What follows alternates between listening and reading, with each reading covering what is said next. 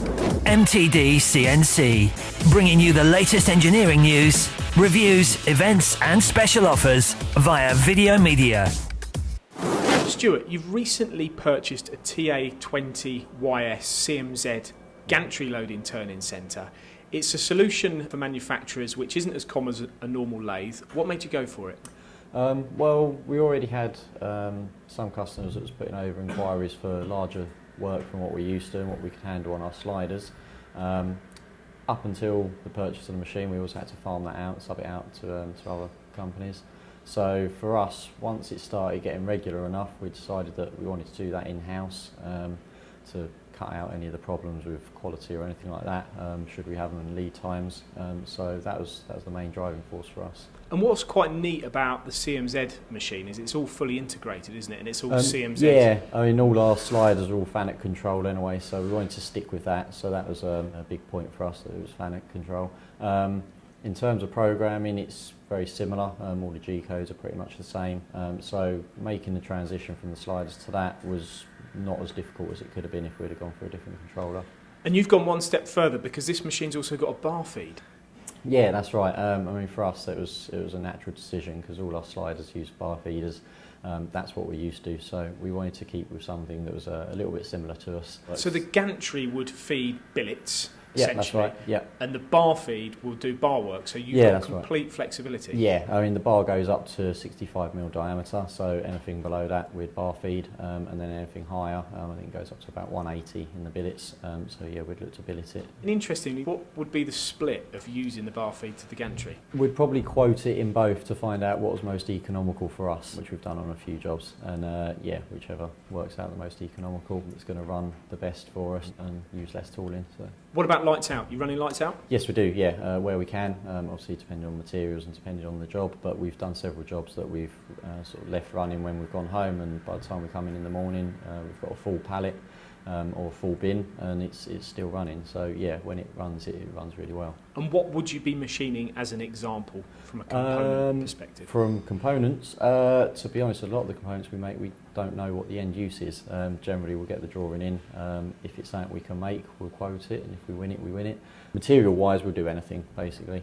We've done plastics, we do stainlesses, we've done a little bit of Inconel, aluminium, brass, mild steel, hard steels. Well, that would lead me into Empire actually, as a company. You're obviously a director of the business. Yeah. You're quite young, obviously. You've got a big future here, and you've got a lot of technology. Tell us about what the business actually does. Right, well, I used to work for my dad's firm.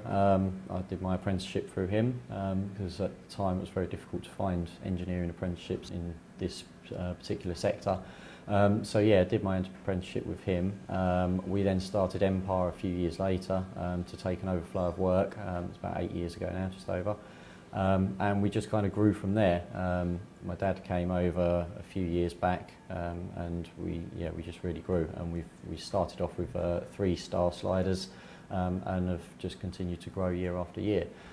So yeah, all predominantly turning. A little bit of milling, but all stuff that's done on the lathes. So on the stars, it's sliding head, so it's high volume, small component manufacture, lights out again, and then when you move towards the CMZ, you're into a fixed head environment. Yeah, it was very different for us. We had to change our way of thinking.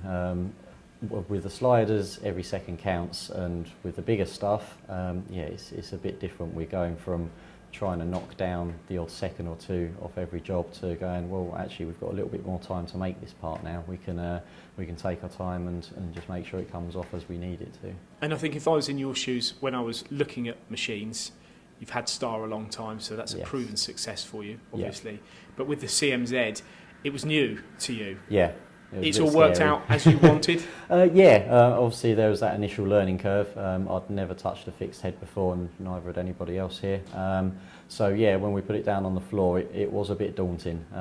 But you know, the type of work it's doing is similar to the sort of stuff we get off the stars. So we was confident we was going to work out okay with it. And CMZ have been pretty good with their support as well. You know, any questions they can explain straight away, and they can really go in depth with it as well. I think they caught a nice corner in the market, or a niche in the market, with that Gantry machine. There aren't many machines that are integrated Gantries, and you can buy a turning centre and you can buy a loading system and you can put the two together.